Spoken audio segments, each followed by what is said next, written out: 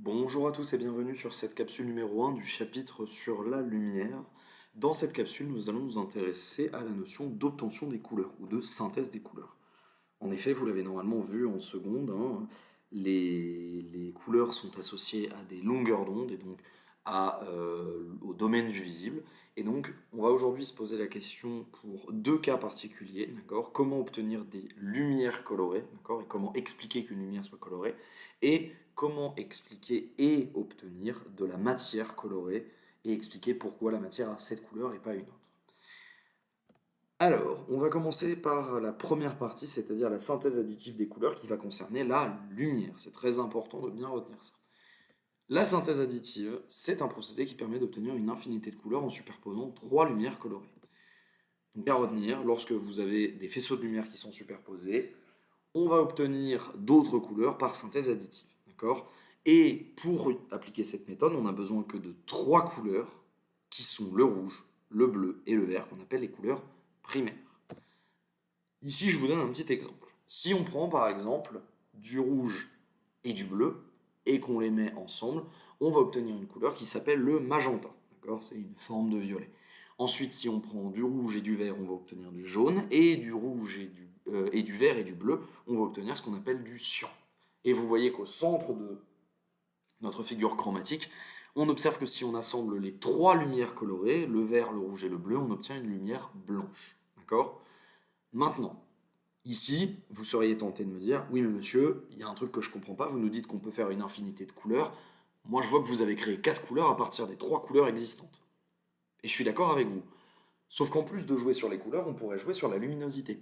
En effet, vous n'êtes pas forcément obligé d'avoir toujours la même luminosité sur le rouge, le bleu et le vert. Et donc, par exemple, votre écran de téléphone, c'est comme ça qu'il fonctionne. Votre écran de téléphone, il est constitué de pixels, d'accord? Et ces pixels, ils sont en fait constitués de 3 luminophores. Donc un luminophore rouge, un luminophore bleu et un luminophore vert. Ça fait un pixel. Et donc, en fonction de l'intensité lumineuse du luminophore rouge, bleu et vert, vous allez obtenir des couleurs différentes. Par exemple, si vous souhaitez un violet mauve qui tire un peu plus vers le rouge que vers le bleu, vous allez éteindre le luminophore vert, vous allez laisser allumer le luminophore bleu avec une luminosité un peu plus faible que le luminophore rouge. Et donc à ce moment-là, vous allez obtenir en fait un violet qui tire plus vers le rouge que vers le bleu, etc. etc. Donc vous voyez qu'avec un jeu de trois couleurs et une variation de luminosité, on peut recréer tout un tas de couleurs différemment. Et donc ça c'est déjà très intéressant et c'est un point assez sympathique. On va maintenant passer à la deuxième partie de cette capsule, qui est la synthèse soustractive des couleurs. Et donc il va cette fois concerner la matière. Alors la synthèse soustractive, c'est le procédé de superposition des pigments colorés pour obtenir plusieurs couleurs. À retenir que la synthèse soustractive, elle utilise des filtres colorés pour absorber la lumière. Trois filtres colorés permettent d'absorber toutes les autres couleurs, et donc c'est ce qu'on appelle les couleurs secondaires, le cyan, le jaune et le magenta. Concrètement, c'est les trois couleurs qu'on a formées précédemment avec la synthèse additive. Ici, c'est tout simple. Si vous prenez donc par exemple un feutre magenta, un feutre jaune et un feutre cyan. Si vous tracez un trait de feutre magenta par-dessus un trait de feutre cyan et par-dessus un trait de feutre jaune, vous obtiendrez un trait de couleur noire. Ce que ça signifie, c'est que ces trois encres, jaune, magenta et cyan, elles vont absorber toutes les lumières qui vont être qui vont arriver sur votre feuille. D'accord?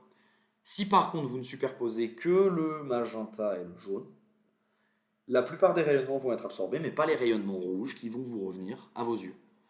De la même façon, si vous superposez du jaune et du cyan, vous allez avoir le vert qui va revenir à vos yeux et les autres rayonnements qui vont être absorbés. D'accord? Donc, encore une fois, avec un jeu de pigments et avec un jeu de superposition, vous pouvez obtenir tout un tas de couleurs. Pareil, hein, comme on disait tout à l'heure, si vous voulez un vert qui tend un peu plus vers le jaune que vers le bleu, bah vous allez mettre un peu plus de pigment jaune que de pigment cyan. Et donc, à ce moment-là, vous allez obtenir quelque chose qui va fonctionner. Et donc ça, c'est le fonctionnement même de l'imprimante. Une imprimante à jet d'encre, en fait, avec sa cartouche couleur, elle possède du jaune, du cyan et du magenta. Et si vous ne voulez faire qu'une impression en noir et blanc, eh ben c'est simple, elle va avoir une cartouche dans laquelle on aura mélangé des pigments jaunes, cyan et magenta pour obtenir une encre noire. Et en fait, cette encre noire, c'est une encre jaune magenta cyan qui va absorber tous les rayonnements, d'accord? Donc c'est ce qu'on vous dit là, hein. On vous dit qu'à partir d'une feuille blanche, l'imprimante, elle dépose des pellicules de couleurs secondaires, cyan, jaune et magenta, qui vont absorber les couleurs.